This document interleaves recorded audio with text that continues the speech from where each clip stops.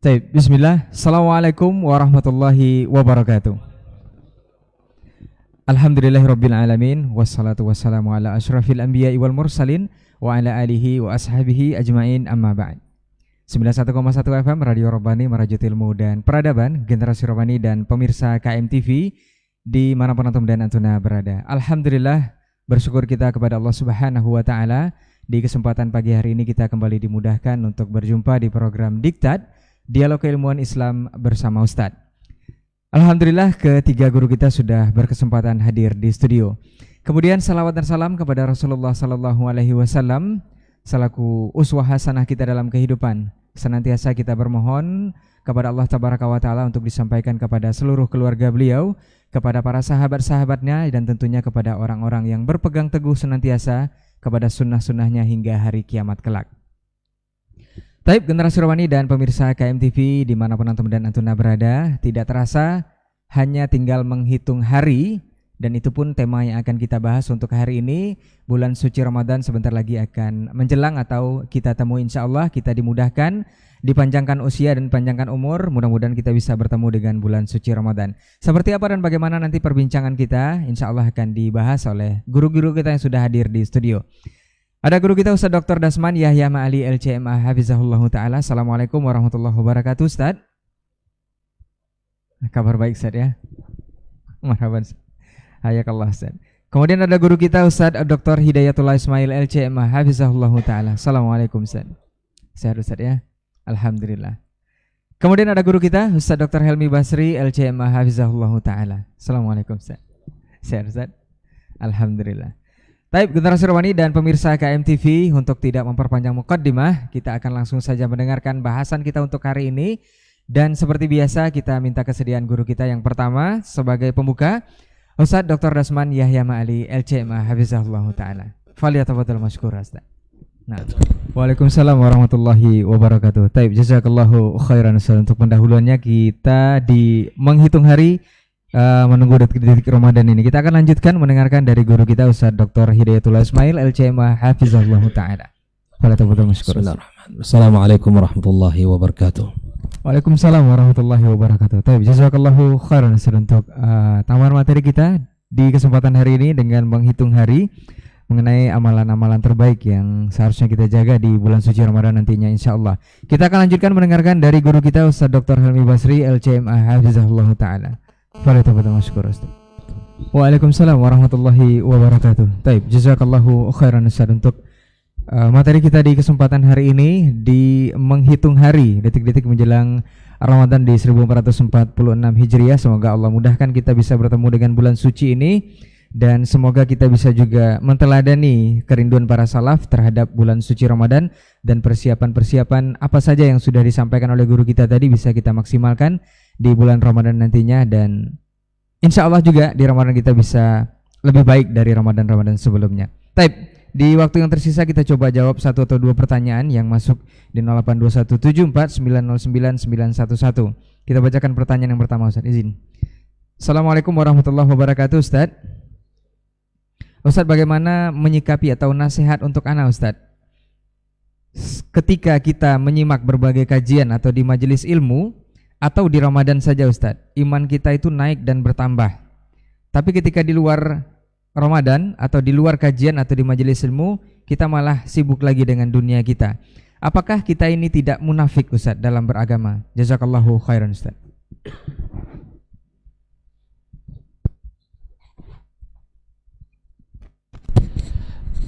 Bismillah wassalatu wassalamu ala rasulillah.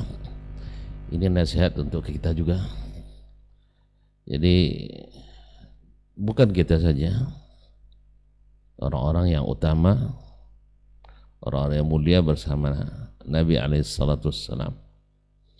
Diriwayatkan bahwa Hanzalah datang ke Nabi SAW mengadukan halnya, ya Rasulullah, halaka Hanzalah, Hanzalah binasa ya Rasulullah. Apa hal? أو قال نافق حنظلة قال إذا كنا معك أو بين يديك فكأنما نرى الجنة والنار أو كما قال. kalau kami bersamamu, kami seolah-olah melihat surga dan neraka ra'yal ain. Tapi idza raja'na ila ahlina, kalau kami kembali kepada keluarga, dan lain lagi cerita. Lalu Nabi katakan as-sa'ata fas-sa'ah. Jadi memang iman itu naik turun. Oleh sebab itu, maka ketika naik jangan dipaksakan, dan ketika turun jangan dibiarkan. Ketika dia naik jangan gaspol terus, tidak ada kondu atau kat tali. Tetapi ketika kendor harus tetap di jalur. Nah, likulli syai'in fatrah. Segala sesuatu itu ada futurnya, ada rasa bosannya. Nah, sedangkan wa man kanat fatratuhu ila as-sunnah, barang siapa yang ketika fatrah itu tak keluar dari jalur, tidak meninggalkan langsung semuanya, dan ketika tidak semangat, tidak pula berlebihan, nah itulah sebenarnya iman kita. Wallahu ta'ala alam. Baik, jazakallah khairan Ustaz untuk jawabannya. Semoga yang bertanya bisa paham. Ada tambahan Ustaz? Naam. Fadhal Ustaz. Bismillahirrahmanirrahim. Terima kasih kepada yang bertanya. Ramadan memang adalah mausimul ibadah. Walaupun ibadah bukan hanya pada bulan Ramadan. Tetapi dalam Ramadan memang adalah sebuah musim yang di situ kecenderungan hati memang untuk ibadah. Andaikan dalam Ramadan itu kita sholatnya tidak lebih banyak, maka di luar Ramadan akan lebih tidak banyak lagi. Kalau seandainya dalam Ramadan itu bacaan Quran kita tidak lebih banyak, maka di luar Ramadan akan lebih tidak banyak lagi. Kenapa demikian? Karena memang suasananya seperti itu. Dan kita memang dibimbing untuk lebih banyak beribadah. Biasanya kalau selesai zuhur kan yang kita pikirkan makan. Kalau sekarang enggak.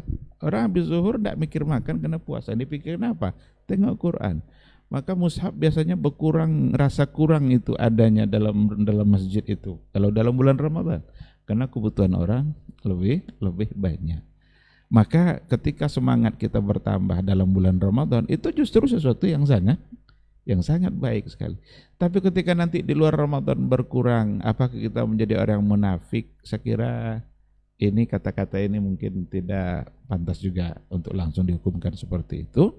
Tapi yang jelas, kalau datang Ramadan lalu kemudian semangat ibadah kita tinggi, itu sesuatu yang sangat baik. Karena memang musimnya adalah musimul ibadah. Tapi ketika di luar itu, andaikan memang tidak seperti itu lagi, maka itulah jawabannya seperti yang dikatakan oleh guru kita tadi.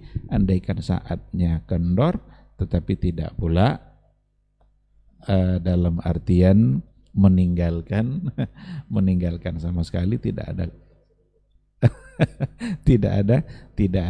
kendali. Tetaplah di luar Ramadan untuk mengamalkannya. Kalau dalam Ramadan baca Quran kita lebih banyak, tapi jangan sampai di luar Ramadan tidak baca Quran. Andaikan dalam Ramadan sedekah kita mungkin akan lebih, tapi jangan sampai di luar Ramadan tidak sama sekali. Bagaimana tidak sama sekali ini kita bisa untuk menghindarkan? Artinya tetap melaksanakan meskipun sedikit. Bahkan kata Rasulullah SAW, khairul a'mali adwamuha wa in qalla. Amalan yang paling baik itu adalah yang berkesinambungan, terus menerus. Wa in qalla, meskipun sedikit. Maka meskipun sedikit ini, kalau infaknya setiap hari umpamanya 5.000, tapi terus nanti pas masuk Ramadan lebihkan dari itu. Luar dari Ramadan balik lagi kepada kebiasaan wa in qalla tadi. Berarti dia tetap berada pada kebaikan yang disampaikan oleh Rasulullah sallallahu alaihi wasallam. Saya kira begini cara untuk mensiasati semangat ibadah kita. Andaikan bisa tetap banyak, ya alhamdulillah. Tapi kalau tidak, jangan sampai tidak ada. Khairul a'mali adwamuha wa in qalla. Saya kira itu sekedar tambahan. Wallahu subhanahu wa ta'ala alam. Baik, Fadal Ustaz. Izin akhi fillah, memang suasana itu sangat membangun. Maka kita juga dipesankan oleh Nabi kita SAW untuk mencari suasana itu. Ya, di dalam kehidupan kita punya kawan. Nah, kawan-kawan yang bisa membangkitkan semangat itu harus kita berada di tengah-tengahnya. Ya. Orang-orang yang bisa membawa kepada hati yang tenang, kita dekat dengannya. Suasana ibadah bangkit, kita harus bersama mereka. Nah, ini juga cara untuk bagaimana membangun diri dan menyemangati diri agar tidak turun terus begitu kan, drastis turunnya lalu kemudian hilang gitu. Maka suasana di Ramadan pasti akan muncul karena memang Allah hadiahkan dalam berbagai jenis kebaikan. Di sini Allah lipat gandakan, hati kita lebih dekat. Bagaimana tidak di Ramadan, di awal Ramadan dipanggil kan, ya, nada munadin ya bagil khairi akbil. Ya, tentu ini menjadi semangat kita untuk mendatangi dan hadir dengan hati dan fisik. Ya, wa ya bagil syari aksir. Nah, itu wajar di Ramadan. Namun di luar Ramadan, yaitu tadi suasana apa yang kita dapat di Ramadan agar terus terjaga, maka berusaha mencari bersama orang-orang yang memang semangat menjaga ruh Ramadannya, ya kan? Jangan Ramadan tinggal, semua kebaikan ditinggalkan, jangan. Dan kita meyakini al-iman yazid wa yanqus, itu akidah Ahlussunnah wal Jamaah. Tapi ketika berkurang, ya jangan seperti tadi disampaikan, tidak sama sekali putus, ya tidak tersambung sedikit pun, jangan. Nah, suasana itu ya harus ada dalam diri kita. Menuduh diri kita begini-begini ya sebuah evaluasi saja. Jangan menetapkan saya ini orang munafik, tidak. Tapi ya, kita khawatir pada diri kita, ya. Khawatir dalam diri kita, menuduh kesalahan, kekurangan itu wajar saja, tapi jangan sampai membuat itu sifat bahwa kita ini orang-orang yang memang masuk ke dalam sifat-sifat tadi, tidak. Biasa, jangankan kita para sahabat pun ya ada, ya. Ya Rasulullah, kalau lihat kamu, kami dekat dengan akhirat, ingat Allah, ingat akhirat, ingat kematian. Itu sahabat itu yang ngomong. Ya, kita hari ini ya tidak ada sahabat yang kita jumpa, tidak ada nabi yang kita lihat. Ya, kita hanya belajar dari perkataan Nabi dan bagaimana kabar beritanya para sahabat.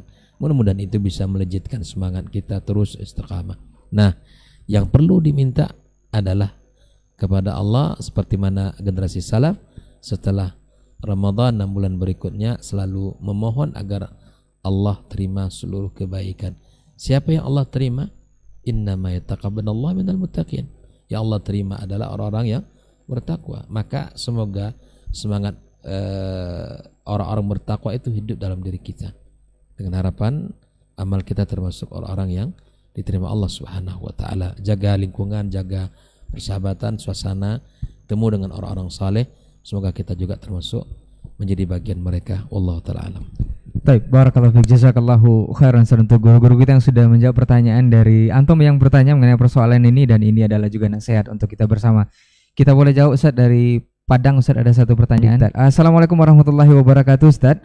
Semoga Ustaz semua selalu dalam kebaikan dan hidayah Allah Subhanahu wa taala. Ana dari Padang Ustaz mau bertanya. Dulu ana kerja pada perusahaan parfum dan selama bekerja di sana terasa nyaman dan aman Ustaz.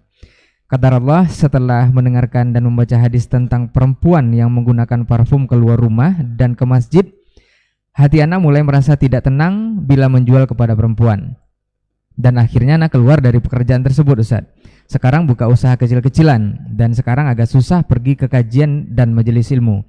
Ini nasihat lagi Ustaz. Mohon nasihatnya Ustaz, apakah ana salah dalam mengambil sikap atau seperti apa Ustaz? Syukron, barakallahu fikum. Bismillah wassalatu wassalamu ala rasulillah. Sebenarnya antum Masya Allah berada di tempat yang tepat, yaitu di tempat yang wangi dan tempat yang harum.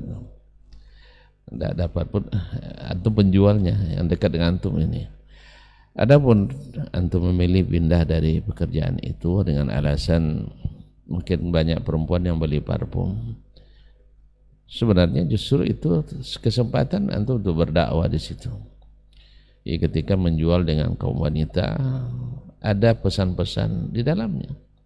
Mungkin sambil ya sedikit dengan bahasa yang tidak menggurui ya, tapi seperti himbauan supaya ini dipakai di tempat-tempat yang terbatas di keluarganya. Nah, didengar atau tidak didengar, tapi kita sudah memperdengarkan dan sudah mendakwakan. Mudah-mudahan itu sudah suatu kebaikan. Dan sama juga apapun kita jual nanti, misalnya kita juga tidak bertanggung jawab sepenuhnya kecuali hal itu memang untuk yang haram digunakan. Tapi selama bisa digunakan untuk yang halal, bisa digunakan untuk yang haram, maka ini bukan alasan untuk meninggalkan pekerjaan itu. Sama dengan pakaian, kan ada pakaian jubah kita jual untuk wanita, ada pakaian yang sifatnya pakaian rumah misalnya, itu juga tidak mungkin pula kita tidak jual karena mereka butuh. Nah, ketika kita jual juga kita sampaikan, kecuali hal-hal yang ada tasyabuh, misalnya di dalamnya pakaian yang menyerupai orang-orang fasiqah, pakaian yang menyerupai orang-orang non-muslim, nah, itu memang tidak boleh kita jual. Tapi kalau pakaian selama halal dipakai, walaupun di tempat terbatas, juga mungkin itu juga peluang bagi kita untuk berdakwah, menyampaikannya. Wallahu ta'ala alam. Jadi kalau seandainya bisa kembali ke tempat semula dan bisa mengaji, mungkin itu lebih bagus daripada sekarang tidak sempat lagi mengaji. Nah, karena pekerjaan yang melalaikan itu harus ditinggalkan. Pekerjaan yang menghalangi kita untuk perbaiki diri, membenahi diri, sebaiknya diganti dengan pekerjaan yang bikin kita nyaman, bikin kita harum, bikin kita bisa berdakwah dan juga bisa menambah dan memelihara iman kita. Wallahu waliyut taufiq. Baik, barakallahu fiik, jazakallahu khairan Ustaz untuk juga jawaban dan nasihatnya. Ada tambahan Ustaz? Fadhal Ustaz. Bismillahirrahmanirrahim. Alhamdulillah wassalatu wassalamu ala Rasulillah. Wala haula wala quwata illa billah. Saya hanya ingin memberikan apresiasi juga kepada yang bertanya. Itu menunjukkan iman yang ada di hati dia. Ketika ada sesuatu yang dia merasa itu adalah sesuatu kesalahan, lalu dia siap untuk meninggalkan, dan tidak semua orang juga yang bisa melakukan itu. Cuma apakah sikap itu tepat atau tidak, itu lain persoalan. Saya kira itu yang tadi sudah disampaikan oleh guru kita. Sama dengan kesiapan seseorang yang bekerja di bank, gajinya besar, bank konvensional, lalu karena dia tahu itu di situ ada urusan ribanya dan dia terlibat langsung, maka dia meninggalkan. Kesiapan dia untuk meninggalkan itu kan tidak dimiliki oleh semua orang. Dan kalau ada yang mampu, itu tentu perlu diberikan apresiasi dan selalu memohon kepada Allah supaya diberikan keteguhan seperti itu. Maka yang dilakukan oleh yang bertanya itu gambaran dari kekuatan iman yang ada di hati dia. Cuma apakah memang itu sebagai solusi atau tidak, itu sekira itu yang tadi jawabannya. Karena dalam masalah jual-menjual sesuatu, ketika kita memiliki barang yang kita jual tapi dia punya dua fungsi, kita kan tentu menginginkan fungsi yang baik. Pisau umpamanya, ada orang penjual pisau, hukum asalnya tentu bisa-bisa saja, boleh-boleh saja karena pisau dimanfaatkan. Tapi tidak mesti nanti kita mengkhawatirkan jangan-jangan pisau ini digunakan untuk untuk membunuh orang dan lain sebagainya. Andaikan kita tahu, oke, jangan dijual. Maka kata para ulama juga, seorang pedagang anggur tidak boleh menjual anggurnya kepada seseorang yang profesinya membuat khamar. Nah, padahal anggur bisa kita makan. Tapi ketika yang membeli itu adalah profesinya adalah membuat khamar, yang diyakini kuat bahwa anggur itu adalah untuk itu, maka ulama para fuqaha mengatakan terlarang baginya untuk menjual. Itu yang bagian dari bab saddu zari'ah, dia pada bab saddu zari'ah. Maka seperti yang dikatakan guru kita Dr. Asman tadi, ini justru adalah peluang untuk beribadah, berdakwah, menyampaikan bahwa Bu, yang ibu beli ini kalau untuk ibu pakai untuk suami justru akan menjadi pahala. Kan dia malah ikut berpahala karena memfasilitasi kebaikan. Tapi kalau dipakai untuk yang salah, nanti ibu akan bertanggung jawab di hadapan Allah. Nah, jangan-jangan itu yang merubah kebiasaan dia selama ini. dakwah yang disampaikan dengan hati itu biasanya disambut juga oleh hati. Maka saya sangat setuju, mungkin itu adalah peluang untuk menyampaikan kebaikan, untuk menyampaikan dakwah yang jangan-jangan itu adalah awal perubahan yang ada pada diri seseorang. Andaikan dia tetap lakukan, kita sudah menyampaikan, dan saya kira kita juga tidak akan sejauh itu bertanggung jawab terhadap perbuatan orang lain. Ada pakaian perempuan yang seperti yang tadi itu, yang itu dipakainya untuk suaminya, malah itu menjadi baik. Tapi kalau itu dipakai untuk keluar, dia berdosa. Maka itu kesempatan untuk berdakwah. Istiqomah terus untuk kita semua, memohon kepada Allah, khususnya pada yang bertanya, semangat terus dalam beragama.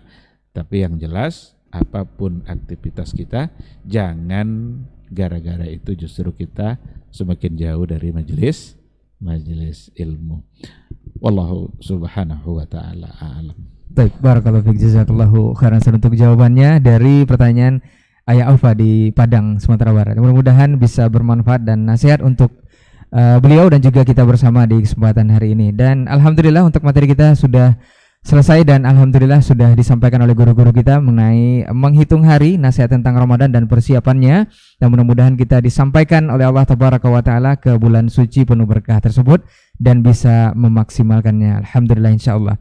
Baik, jazakallah khair Ustaz untuk waktu dan ilmunya. Mudah-mudahan di pekan berikutnya kita dimudahkan lagi untuk bisa bersua bersama guru-guru kita dan para pemirsa semuanya untuk bisa membahas tema yang berbeda. Afwan untuk semua salah kata nakilah bicara, kita tutup dengan doa kafaratul majlis. Subhanakallahumma wa bihamdika asyhadu an la ilaha illa anta astaghfiruka wa atubu ilaik. Wassalamualaikum warahmatullahi wabarakatuh.